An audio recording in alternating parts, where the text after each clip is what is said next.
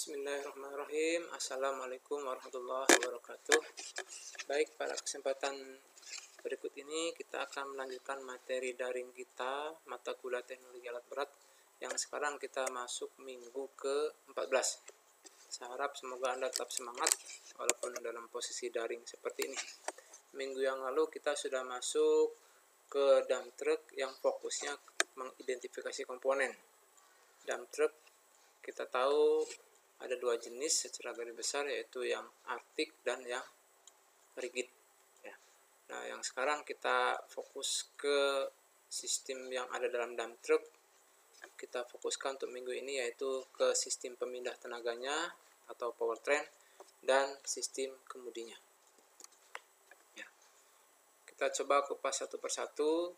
Untuk powertrain atau sistem pemindah tenaga yang articulated hauler dump truck, ini kita contohkan di sini adalah punya Volvo di sini. Nah, kita bisa lihat ilustrasi dari urutan powertrainnya adalah seperti ini. Dimulai dari engine, ini torque converter, nanti dilanjutkan ke transmisi. Kalau sudah torque converter, sebagaimana kita ketahui bahwa ini pasti transmisinya jenis otomatis ya, jenis transmisi otomatis. Kita dari transmisi kita lihat dilanjutkan ke drive shaft atau propeller di sini. Karena penggeraknya ada depan dan belakang, maka dilanjutkan dengan komponen yang disebut dengan drop box ya. Dulu juga udah kita pelajari di wheel loader. Namun di wheel loader itu langsung menyatu ya di belakang transmisi. Kalau di Arctic ini pakai drive shaft. Nah, drop box ini salah satu fungsinya adalah meneruskan putaran dari transmisi agar bisa dibagi ke poros belakang, drive shaft belakang, dan poros depan untuk roda depan lewat axle yang di depan ini ya, dan juga untuk meneruskan ke belakang lewat axle yang ada di tengah dan di belakang ini. Nah, di dalam drop box ada posisi dibagi dua, ini bisa ada posisi high, bisa posisi low. Jadi kalau ingin high, nanti settingan di transmisinya diatur sedemikian rupa oleh ECU, oleh transmisi ECU. Dia akan membuat settingan kecepatan maksimumnya untuk gigi 1 lebih tinggi dibandingkan pada posisi low, untuk dibandingkan dengan posisi low walaupun sama-sama gigi 1 ya. Itu settingannya.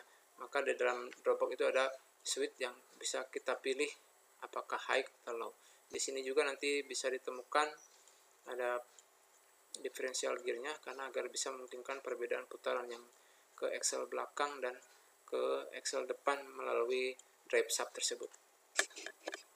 Oke, ini kalau di dalam teknik kendaraan ringan kita istilahkan transfer case ya, hampir mirip dengan transfer case. Baik, dari sini kita lanjut nanti setelah drop box ada drive shaft berikutnya untuk meneruskan putaran ke axle tengah ya, axle tengah dan juga axle bagian belakang ya. Di dalam axle ujung-ujungnya ini itu semuanya dilengkapi dengan disebut dengan istilah final drive nanti. Final drive ini terdiri dari seperangkat gigi reduksi yaitu jenis planetary agar putarannya bisa diperlambat tapi tenaganya bisa lebih besar. Di rata-rata kalau alat berat final drive-nya memang berfungsi untuk mengurangi putaran tapi untuk menaikkan tenaganya ya. Nah, kalau kita perhatikan di sini, ini kita lihat ada 6 roda dan 6-6-nya bisa berfungsi sebagai penggerak atau hanya juga 4 roda, jadi yang tengah dengan yang depan. Nah, maka kita bisa perhatikan nanti di switch-switchnya untuk di Volvo ini ada istilah, nanti pelajari lebih lanjut, differential lock ya, jadi pengunci gardan. Nah, pengunci gardannya nanti ada yang memungkinkan agar bisa langsung bergerak 6-6-nya, ada yang cuma nanti 4-4-nya. Kita kupas setelah ini lagi ya. Nah, di dalam transmisi juga nanti ada istilah retarder ya. Retarder sini berarti apa? yang kemarin minggu yang lalu sudah kita kupas bahwa rem-rem di alat berat ini, di dump truck ini, ada yang pakai pengereman engine, ada yang pengereman exhaust brake, ada yang kombinasi engine dengan exhaust brake, dan yang utama adalah pengereman yang dengan pedal, dengan diinjak oleh kaki, itu rem utama atau service brake-nya. Ada juga yang disebut dengan pengereman dengan retarder, yaitu yang memposisikan di sini ada rem di dalam transmisi, semacam roda gigi rotor dan stator yang diatur sedemikian rupa. Nanti pada saat ada hidrolik, dia akan menghambat putaran dari transmisi. Namun pengaktifan hidrolik retarder, dia ada kondisi tertentu, tidak bisa aktif sedemikian rupa. Ini bisa lebih detail nanti dibaca dalam OMM khusus untuk ADT ini. Oke, kita lanjut. Nah, kalau kita lihat contoh lain dari powertrain, tadi kan itu Volvo tuh. Ini kita ambil dari Komatsu HM400, hampir mirip sih dengan tadi. Posisinya ini, berarti ini bagian depan, yang ini tengah, roda tengah, ini roda belakang. Jadi ini engine-nya, ya, engine-nya. Tapi ini berbeda sedikit dengan yang Volvo tadi. Setelah engine di sini ada output sub, ya, output sub dulu. Nanti setelah output sub, nanti ke sini ke nomor 3-nya itu adalah front drive sub. Nah, di sini ada PTO. Sebenarnya di dalam itu juga ada ya, yang di Volvo, tapi tadi nggak diperlihatkan. PTO itu berarti apa? Power take off, ya, untuk meneruskan tenaga dari mesin, yaitu di sini memutarkan pompa, ya. Sini ada 3 pompa. Yang kalau kita perhatikan ada pompa di sini yang nomor 4 untuk pompa brake, pompa rem, dan juga pendinginan rem. Yang nomor 5 sini untuk pompa untuk powertrain itu sendiri, dan juga nanti differential lock-nya. Dan yang ini nomor 5 ya, yang ini. Oke, dan yang nomor 8 ini yang kita sebut untuk pompa untuk steering dan hoist, ya, untuk ngedamnya. Oke, setelah ini baru kita lihat nomor 7 torque converternya di sini. Jadi kalau yang tadi langsung setelah engine, ini di sini torque converternya. Nanti ke sini transmisinya. Kalau kita perhatikan transmisinya mirip dengan yang tadi sebelumnya, yaitu jenis planetary transmission, ya. Nanti dari planetary transmission ini dilanjutkan ke nomor 11 center drive sub. Di sini disebutkan ada hitch-nya, ya. Jadi ada hitch di sini penerus putaran roda, ya, ke arah depan dan ke arah belakang, dan memungkinkan bagian dam body di sini, ya, bagian dam bodinya bisa berputar, bisa berputar, tapi yang bagian depan bisa diam, sehingga kalau misalkan ada suatu kecelakaan seperti yang saya jelaskan dalam minggu yang lalu, ini terbalik, misalkan dam bodinya operator tetap aman di atas, tidak ikut terguling karena ada hitch ini, dia bisa berotasi, ya, tidak menyatu rangka depan dengan belakang. Baik, setelah nomor 10 drive sub-nya ini dilanjutkan nanti langsung ke drive sub. Nah, yang nomor 12-nya ini diferensialnya, ya. Ini diferensial yang depan. Di sini langsung ada diferensial lock-nya juga, ya. Diferensial lock-nya, pengunci gardan, sama berarti kayak yang Volvo tadi, agar roda kiri dan roda kanan sama putarannya. Yang ke belakang kita lanjutkan di sini, berarti ada lanjut ke sini ke rear drive sub belakang ke sini terus sampai ke ujung ke sini. Ini ke gardan yang paling belakang atau diferensial belakang.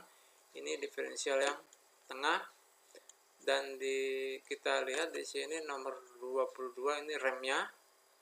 remnya di ujung di sini, ini yang kita sebut dengan final rev-nya ya, final rev-nya untuk mengurangi putaran agar menghasilkan tenaga yang lebih besar lagi.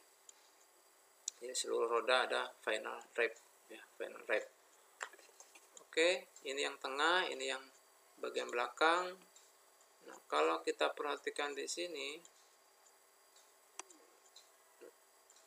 ini diferensial yang tengah dan betul, ini diferensial yang paling belakang. Baik, setelah itu berarti ini ke rem, dan yang terakhir di sini adalah final rev. Jadi final rev-nya saya ulang ada di seluruh roda ya, di seluruh roda di sini. Itu sepintas dari powertrain untuk HM400. Jadi dari engine, dari drive shaft, torque converter, ke transmisi. Di sini bercabang ke depannya. Kalau tadi kan di Volvo namanya drop box ya. Drop box di sini kita bagi ke depan, ke axle depan, nanti ke diferensial yang depan sini, nanti ke bagian belakang ya. Yang ini ke bagian belakang, untuk ke bagian tengah, dan untuk bagian paling belakang dari diferensial tersebut melalui terus ke axle, terus nanti ke roda lewat final drive. Oke. Nah, transmisinya kalau kita perhatikan itu tadi jenis planetary transmission ya. Ini contoh yang di Volvo A25 ini, DPT 1051, itu multiple planetary gear. Dalam mata kuliah sistem pemindah tenaga kita sudah mempelajari mulai dari planetary gear yang sederhana sampai yang kompleks. Dan ini yang kompleks ya, yang kompleks berarti tidak cuma satu planetary gear, tapi dia multiple. Di sini kalau kita lihat ada sampai 4 ya, untuk yang contoh di sini. Nah, nanti tinggal ikuti pedomannya, mana yang ditahan, mana yang memutarkan, mana yang diputarkan, itu nanti akan membuat variasi putaran dari planetary gear. Nah, di sini karena semuanya serba otomatis, maka peran yang penting adalah nanti berbagai informasi dari sensor, dan juga nanti solenoid yang akan diaktifkan oleh transmission ECU, dan nanti akan mana yang akan menekan brake dan clutch-nya. Jadi tergantung dari posisi gigi berapa. Jadi ini gambaran dari transmisi jenis planetary transmission. Kemarin yang di motor grader itu jenis hydraulic transmission ya. Kalau ini, kalau kita lihat ini jenis planetary transmission. Ini yang bagian depan adalah yang torque converternya. Ya, kita lanjut ya. Untuk mengontrol gigi-gigi transmisi agar berubah ke gigi 1, 2, dan 3 dan seterusnya, atau sebaliknya, maju dan mundur sebagainya, itulah berdasarkan dari informasi dari seluruh sensor ya.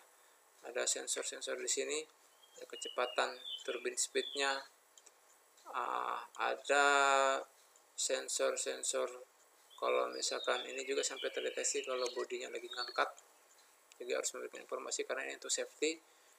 Tidak mungkin transmisi harus maju kalau damnya lagi kebuka ya.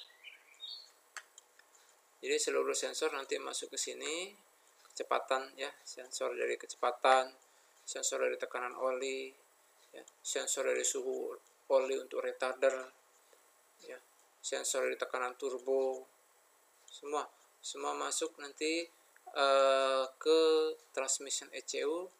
Dan nanti transmission ECU akan memberikan informasi ke solenoid yang ada dalam transmisi di sini.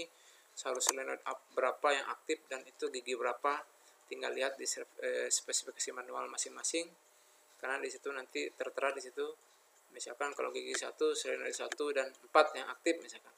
Nanti dia akan menggerakkan brake apa, clutch berapa, dan dia akan dengan demikian nanti akan masuk sebagai gigi 1 dan seterusnya.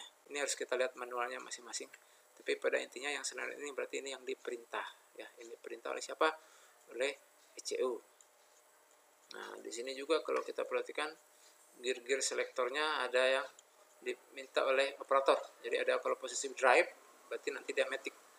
Otomatis nanti dia akan berubah giginya tergantung beban dan putaran. Tapi kalau dalam transmisi walaupun diametrik kan ada posisi nanti 1, 2, dan 3, itu kita kunci misalkan gigi 2, maka nanti di sini hanya gigi 2 dan 1 aja, tidak bisa lewat sampai ke gigi 6. Nah, kalau cuma gigi 1 ya berarti dia hanya gigi 1 aja. Misalkan dalam kondisi turunan yang tajam, supaya ikut terjadi pengereman, maka diposisikan giginya di lock hanya gigi 1, dan di sini diatur oleh operator ya.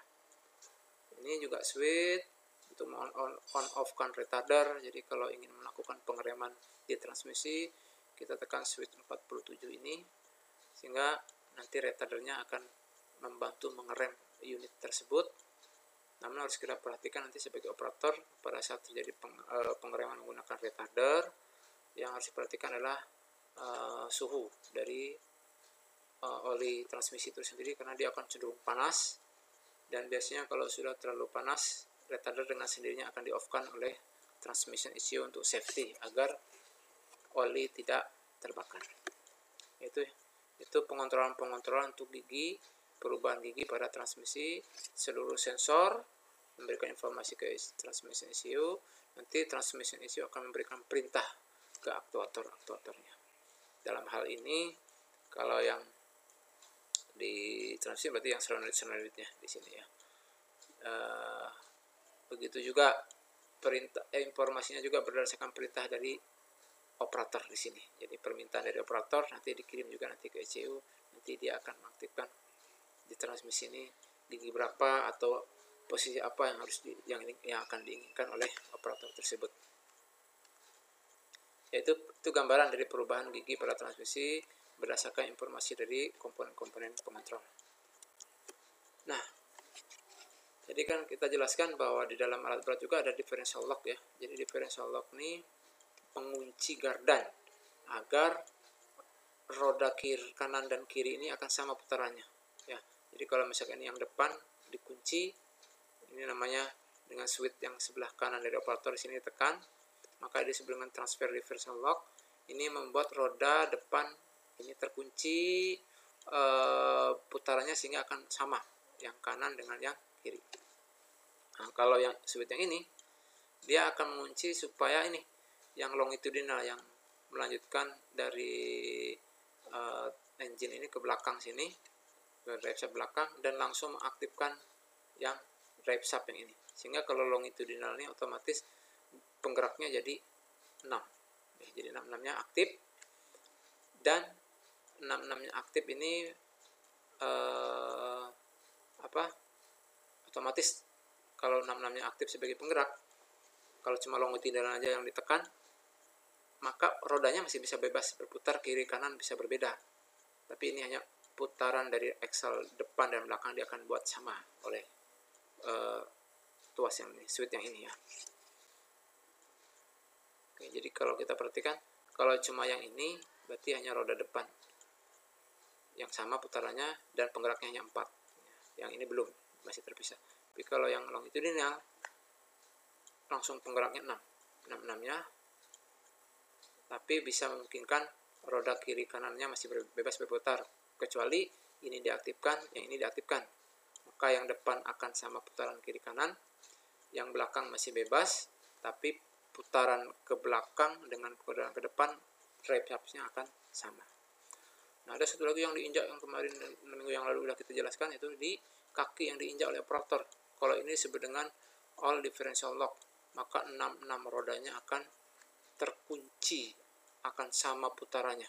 Ini sangat menguntungkan pada saat kondisi alat berat ADT ini berjalanan di jalanan yang becek, berlumpur, maka dengan mengaktifkan ini bisa membuat terhindar slip, karena roda-roda 6-nya akan dibuat berputar bersamaan. Untuk lebih jelasnya mari kita lihat video berikut ini. Mungkin nanti kita percepat ya sini. Differential lock-nya. Ini tadi yang tuasnya ya, yang tadi ini yang transfer untuk yang roda depan, transfer differential lock. Yang ini yang belakang, longitudinal differential lock. Kita perhatikan sini. Jadi tadi posisinya ada 5 ya. 5 ini biasa tanpa ada penguncian gardan atau tanpa ada differential lock, berarti hanya roda 1, 2, 3, 4. Yang ini masih hanya menggelinding aja. Nanti kalau ini diaktifkan, yang transfer, ini juga 4. Yang belakang belum. Tapi yang terkunci roda kiri kanannya yang depan. Kalau longitudinal, langsung 6-6-nya sebagai penggerak. Ya. Tapi roda kiri kanannya masih bebas berputar. Kalau yang ini dan ini, berarti roda depan dikunci, putarannya harus sama, sub depan dan sub belakang harus sama, tapi roda tengah dan belakang masih bebas. Tapi penggeraknya sudah 6. Ini tadi yang differential lock. Kita perhatikan kondisi medan-medannya ya.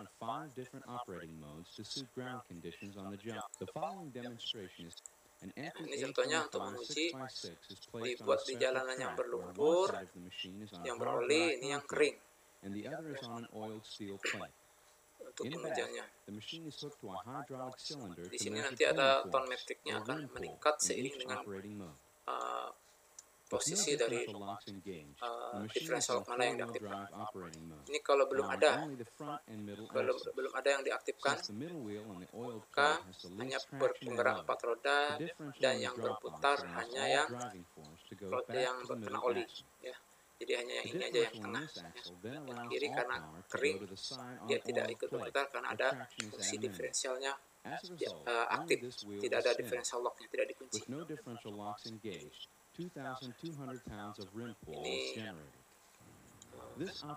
misalkan untuk kondisi kendaraan yang medan yang tidak terlalu berat, maka tidak perlu mengaktifkan differential lock.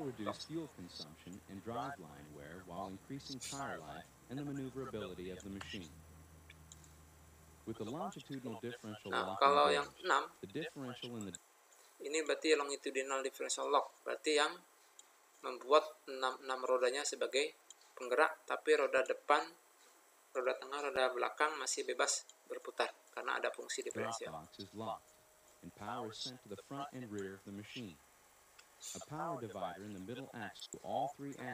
Kalau kita perhatikan, kalau diaktifkan longitudinal karena 6-6-nya sebagai penggerak, maka yang yang kena oli ini akan ikut berputar. Yang kiri masih belum, karena fungsi diferensialnya masih aktif, belum kita kunci. Itu yang disebut dengan longitudinal differential lock, mengaktifkan agar 6 roda sebagai penggerak, tapi roda kiri kanannya masih bebas berputar. Ini juga bisa menaikkan tone metricnya, tenaganya bisa lebih naik lagi, walaupun sebanding dengan kenaikan tenaga ya, dengan sebanding dengan peningkatan konsumsi bahan bakar. Ini contoh penggunaannya pada saat kondisi yang seperti ini, diaktifkan longitudinal differential lock. Kalau nanti lebih parah lagi kondisi medannya, maka bukan cuma longitudinal tapi juga dengan transfer yang depan, sehingga roda depan akan sama putarannya baik kanan maupun yang kiri. Supaya apa? Supaya traksinya bisa lebih kuat lagi. Ya, walaupun kondisi seperti ini tidak boleh pada kecepatan lurus dan jalanan bagus karena tidak bisa dibelokkan. Anda bisa lihat itu rodanya yang depan ikut berputar, rodanya yang depan ikut berputar walaupun posisinya tadi itu kering.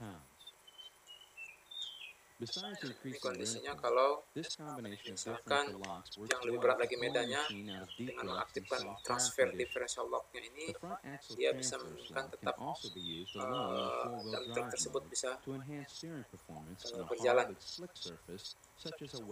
bisa kuat mendakinya.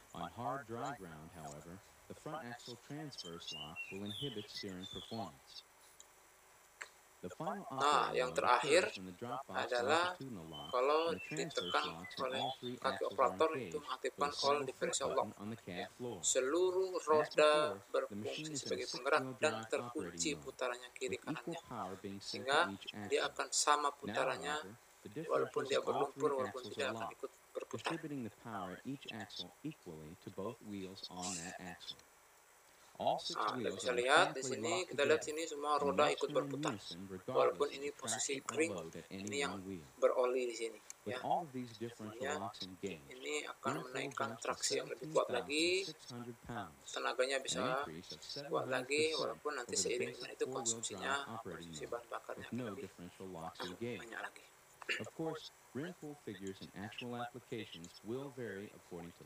Ini walaupun dia posisi kering, dia ikut berputar karena dikunci, ya. Dikunci.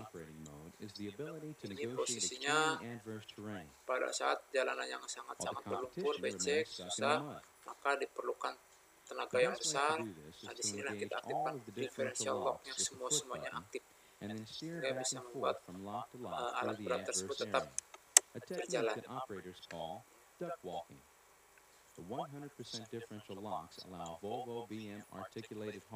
Ini karena steeringnya itu di leher, maka nggak masalah ya dibelok-belokkan. Kenapa? Karena yang berputar adalah lehernya, jenis steeringnya, ya. Oke, itu tadi tentang differential lock, ya.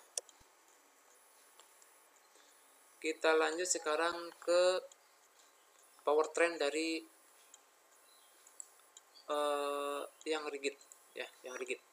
Kita contohkan di sini adalah HD465 strip 7. Ini menghadap ke depan, berarti ini roda depannya di sini, ini roda belakangnya. Untuk rigid kan hanya ada axle depan dan axle belakang, tapi roda belakangnya langsung dua seperti ini, ya. Jadi kalau kita perhatikan hampir mirip dengan yang sebelumnya, karena ini jenis mekanikal, berarti ada engine, nanti ada output sub di sini. Ini ada PTO-nya karena ini ada pompa-pompa, ya. Pompanya bisa kita lihat, ada yang untuk brake, ada yang transmisi. Nah, nanti di sini ada juga yang nomor 16 nanti untuk yang steering dan hoist, ya, untuk steering dan untuk hoist untuk ngedam. Dari sini langsung masuk ke nomor 7 sini torque converternya, terus ke transmisi. Di sini setelah ke transmisi kemana? Nomor 9 ke drive shaft yang belakang, dan ini ke axle belakang lewati differential, ya, melewati differential. Memang di sini kalau untuk HD465 ini service brake-nya, remnya di sini, tapi di ujungnya juga dilengkapi langsung parking brake-nya. Jadi parking brake-nya ada di ujung di sini. Dan bagian belakang paling ujung di roda ini ada final drive. Jadi urutannya dari sini, transmisi, torque converter, dari engine, drive shaft, torque converter, ke transmisi sini, terus drive shaft, ke differential, ya, ke axle belakang, ke final drive, langsung ke roda. Oke, coba amati letak posisinya. Ini sama-sama dari Komatsu, tapi ini yang HD1500, ya, masih yang rigid, masih yang jenis mekanikal. Mari kita amati. Ini posisinya tadi, ini engine, ya, berarti ini menghadapnya ke sini, ya, menghadap ke sini. Ini yang depan, posisi depan. Ini posisi belakang. Ini roda belakang kalau dilihat dari atas, ya. Ini engine. Nah, ya, ini drive shaft-nya, ini damper, ini PTO-nya, ini dampernya, ini pump-nya. Nah, Anda bandingkan dengan yang tadi itu.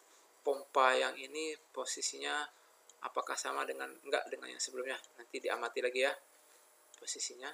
Setelah itu nanti transmisi di sini torque converter, baru transmisi, ya, transmisi di sini. Setelah transmisi, nah, sedikit berbeda, ya. Untuk parking brake-nya diposisikan di ujung dari drive pinion dari differential di sini, ya. Itu parking brake. Sedang kalau yang tadi di mana? Di ujung, di dekat rem service brake-nya, ya, di dekat brake. Ya, ini untuk parking brake-nya di sini untuk yang HD1500. Oke, setelah differential langsung ke axle belakang dan melewati final drive baru ke roda. Boleh, silakan nanti Anda amati lagi untuk letak posisi komponen apa aja yang berbeda antara HD1500 dengan yang HD465 sebelumnya tadi. Nah, yang berikutnya untuk powertrain yang rigid dump truck kan seperti yang kita sebutkan dalam minggu yang lalu, itu ada yang jenis elektrikal. Kalau kita perhatikan berarti lebih sederhana seperti ini, ya. Dari engine tidak kayak tadi ada torque converter, ada transmisi sampai dan seterusnya sampai ke final rep. Di sini dari engine nanti ada alternatornya di sini. Alternatornya untuk menghasilkan energi listriknya, dan nanti energi listriknya berfungsikan untuk salah satunya yang utama menggerakkan apa? Motor listrik di sini ya, motor listrik ini. Jadi ini kita istilahkan powertrain jenis elektrikal. Penggeraknya langsung diputar oleh motor listrik yang disuplai dari alternator di sini yang dibangkitkan oleh engine. Tapi untuk hidrolik yang lainnya itu masih menggunakan pompa. Salah satunya nanti untuk menggerakkan hoistnya atau damnya. Insya Allah minggu depan kita fokus ke penjelasan dari sistem hidrolik untuk ngedamnya itu. Oke, ini contohnya di mana? Di Komatsu 730E ya, penggerak powertrain jenis elektrikal. Jadi intinya elektrikal berarti di sini rodanya langsung diputarkan oleh motor listrik. Baik, setelah powertrain kita lanjut sekarang ke apa? Ke sistem kemudi. Nah, sistem kemudi dalam alat berat dulu udah kita sebutkan ya, ada linkage dan rod system, ada jenis articulate, ada mechanical clutch atau ini yang untuk crawler kayak bulldozer ya, kayak ekskavator ya. Nah, untuk yang dump truck kita ambil contoh di sini yang digunakan rata-rata untuk yang digerakkan rodanya berarti jenis linkage dan rod system. Itu contohnya yang paling banyak itu di Orbitrol ya, di orbital type ya, ada juga yang nyebut dengan orbitrol, ada yang nyebut orbital ya. Orbitrol type, waktu di Welloader sudah kita kupas jenis orbitrol ini, gearboxnya yang kayak apa itu sudah dijelaskan, Anda bisa ulang kembali. Dan nanti untuk yang articulated hauler dump trucknya itu jenis steeringnya ya jenis articulated system. Nah, yang jenis articulated system kan kemarin di Welloader juga yang belok bukan rodanya, tapi yang belok lehernya ya, badan depannya itu. Tapi itu jenis orbitrol. Nah, yang di Arctic itu kalau yang contohkan di Volvo nanti jenisnya yang follow up linkage. Kita lihat satu-satu ya. Jadi ini contoh orbitrol untuk full hydraulic, jenisnya sistem kemudi jenis linkage and rod system, jenis full hydraulic, tipenya orbitrol, itu contohnya di rigid dump truck. Dan kalau yang sistem kemudi jenis articulated system itu jenis full hydraulic, contohnya adalah follow up linkage ya. Nah, kita lihat di sini yang rigid dump truck.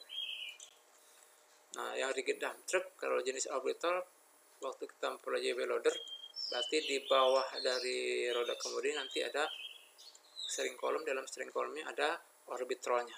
Nah, dalam orbitrol inilah pengganti gearbox-nya ini di sini berfungsi sebagai directional control valve-nya, pengatur arah aliran agar nanti mengalirkan dari tangki ke pompa ini, karena di sini juga nanti dibangkitkan berfungsi sebagai pompa dan motor.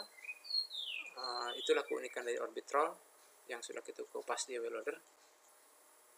Maka dari sini nanti dia akan menghasilkan tekanan dan akan mengalirkan ke steering silindernya ya, agar rodanya bisa berbelok. Ini contohnya di rigid dump truck HD 465 ya, 465. Nah, ini misalkan lagi netral nih, lagi netral berarti dari tangki ke pompa ini di sini ada demand valve atau katup yang memprioritaskan nanti mau ke hoist cylinder kah atau untuk ke steering, maka dibagi di sini. Ini kita lihat kalau lagi netral ya, nyumbat di sini, mentok. Dari mana informasinya? Kalau udah mentok agar pompanya minimal ya lewat load sensing ini, pengindera beban ini memberikan informasi nanti ke pompa agar pompanya tidak menghasilkan tekanan yang tinggi, supaya tidak mubazir ya, tidak mubazir kalau tidak dipakai. Nanti pada posisi seperti ini netral berarti tidak ada aliran yang ke steering cylinder sini karena netral, tidak berbelok.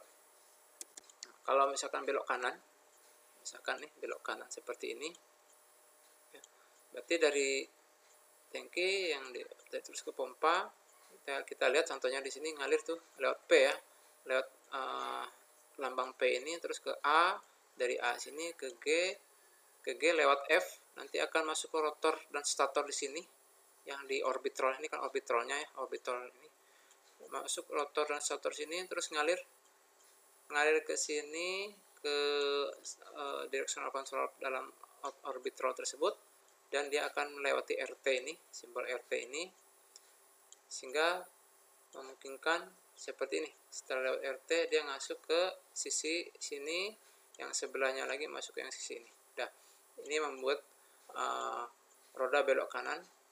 Di lain pihak, oli yang sebelahnya akan dibuang ke tangki ya. Ini lewat sini, yang ini juga sama, akan dibuang ke tangki. Ada ke sini ya, dari sini ya, terus kembali ke R ya. Jadi kembali ke R sini, langsung kembali ke tangki. Jadi tangkinya ini kan simbol ya, sebenarnya tangkinya ini juga simbol. Ini kalau lagi belok kanan. Kalau lagi belok kiri ya sebaliknya.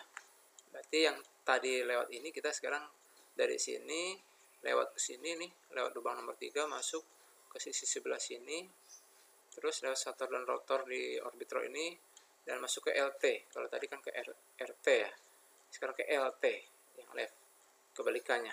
Berarti sekarang sisi yang kebalikannya, sisi sebelah sini. Untuk yang ini sisi yang sebelah sini, dan ini yang kembalinya ya, kembali ini juga sama ya, kembali. Nanti dari sini akan ketemu ke RT sini, dah langsung ketemu ke R, kembali ke tangki. Ini bisa memungkinkan rodanya sekarang belok ke kiri ya, belok ke kiri. Itu contoh di sinilah ilustrasi dari HD465 di Komatsu. Nah, itu yang orbitrol. Orbitrol yang dicontohkan sini adalah untuk di rigid dump truck. Sedang yang ADT, articulated hauler dump truck, tuh jenisnya tuh salah satu contoh yang banyak itu follow up linkage. Ini kita lihat, ambil contoh sini di Volvo A25D. Jadi kalau kita perhatikan untuk yang steeringnya ini,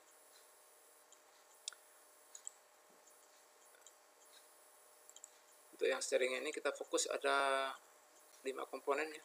Jadi nomor 1, nomor 2, dan nomor 4 itu sama-sama hydraulic pump untuk fokus ke steering ya, fokus ke steeringnya. Sebenarnya nanti dia sama-sama untuk ke hoist, tapi prioritasnya ke steering. Di sini fokus karena sistem kemudi yang kita pelajari. Nah, 3 pompa ini bersama-sama nanti akan memberikan informasi ke nomor 11 ya. Jadi sini ada control valve untuk steering dan dumping ya. Untuk dumping berarti untuk ngedump, untuk menaikkan bodinya, dump bodinya.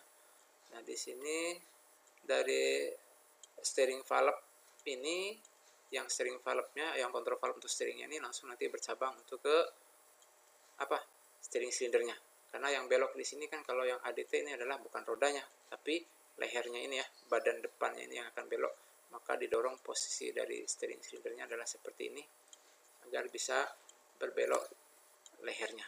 Maka itu kita sebut dengan istilah sistem kemudi jenis articulate.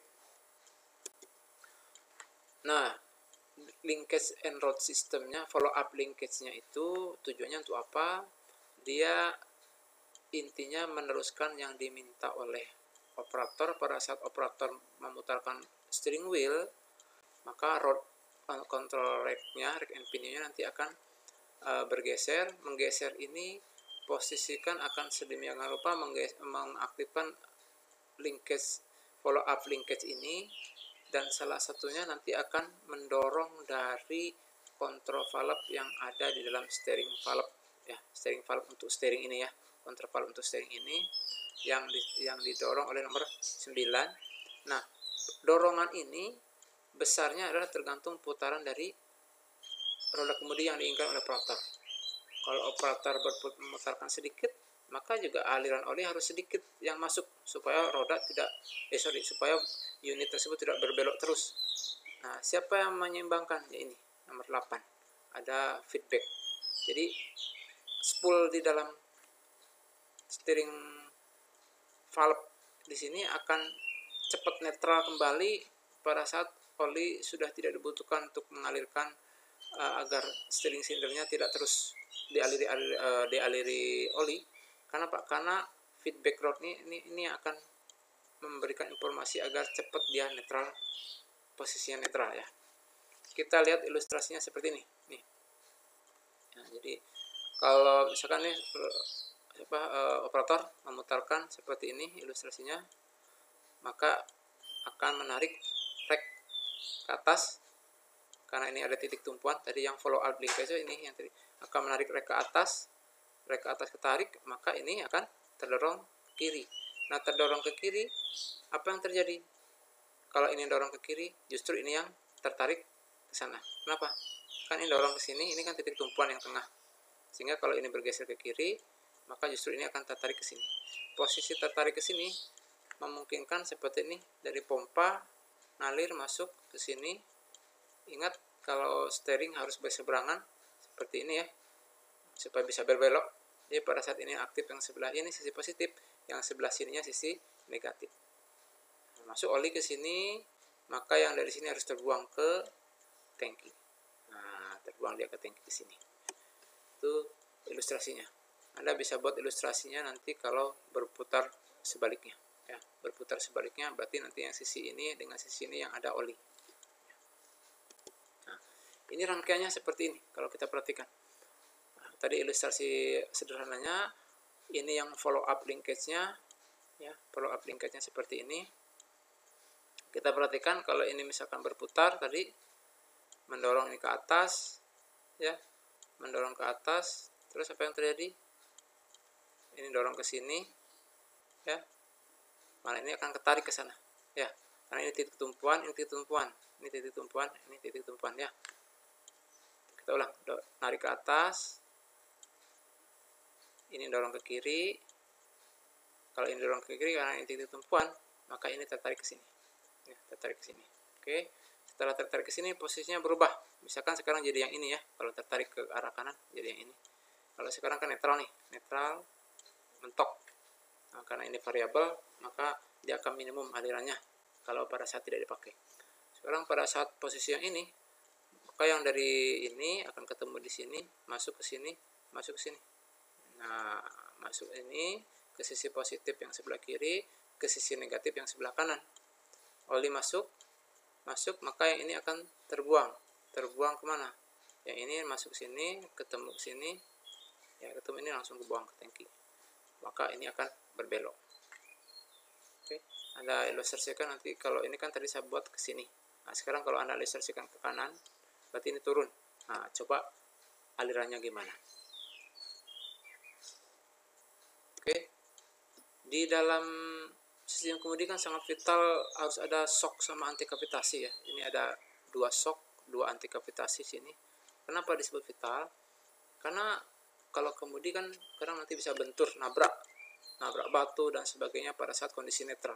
Nah, ini bisa merusak sistem hidroliknya, bisa pecah selang dan sebagainya. Oleh karena itu harus ada safety yang kita sebut dengan shock valve sama anti kavitasi. Kita ilustrasikan, misalkan ada benturan dari sini, dari arah sini, pada saat posisi netral, maka pasti dia akan menggeser, mendorong, misalkan olinya geser ke sini, oli yang di sini jadi menyempit volumenya, ruangan olinya sih menyempit volumenya. Nah, karena oli tidak bisa dikompres, dia akan keluar. Di sini kan mentok, nah, dia akan nyari jalur. Ini nggak mungkin nyari, ya nggak mungkin. Akhirnya dia ke sini. Nah, ini shock valve inilah yang akan aktif. Shock valve ini yang akan aktif. Terus kemana? Dia terbuka. Dia kemana? Ke sini nggak mungkin karena ini tadi kan tinggi nih, tinggi. Nah, ini terhalang. Maka dia akan mencari ke sini, mengisi yang sebelahnya. Jadi intinya oli ini dipindahkan ke sini supaya tidak terjadi kavitasi ya, kevakuman di sini. Pada saat dia bergeser ke kiri, kan sini pembesaran volume. Kalau pembesaran volume nanti ada udara, maka langsung diisi oleh oli. Oli dari sini pindah ke sini lewat jalur ini dan ini. Jadi itu. Ini yang shock valve, ini yang anti kavitasi. Jadi kalau kita perhatikan, nah ini ngalir seperti ini, maka akan dibalikkan lagi ke sini ya, ke sini. Oke, itu yang sebelumnya shock valve sama anti cavitation valve, Nah, coba sekarang kalau sebaliknya nih, dari arah sebelah sini benturannya, ini nanti yang mengecil volumenya, ini yang mengecil volumenya, mana yang aktif dari shock valve ini ya. Silakan nanti Anda kerjakan, Anda sebagai tugas ya, supaya apa? Supaya Anda bisa lebih paham memahami kerja dari shock valve sama anti kavitasi. Oke, demikian tadi penjelasan tentang powertrain dan sistem kemudi pada dump truck. Terima kasih.